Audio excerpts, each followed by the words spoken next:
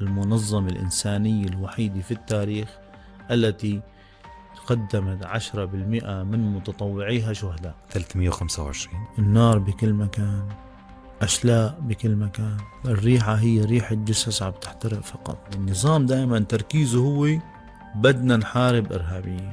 الدائرة تتسع. عم أسس أنا فرق بإدلب. حصلتم على 40 جائزة معالي الوزير وأكثر، ولكن الأوسكار. وكنا نعتبر أنه هاي التكريمات والجوائز هي فعليا فرصة لإيصال صوت الشعب السوري. طلعنا قرار ممنوع استخدام الخوذ البيضاء بقلب المؤسسة. العقيد رياض الأسعد كان موجود في غرفة تاني. بعد دقائق طلع بيان على التلفزيون.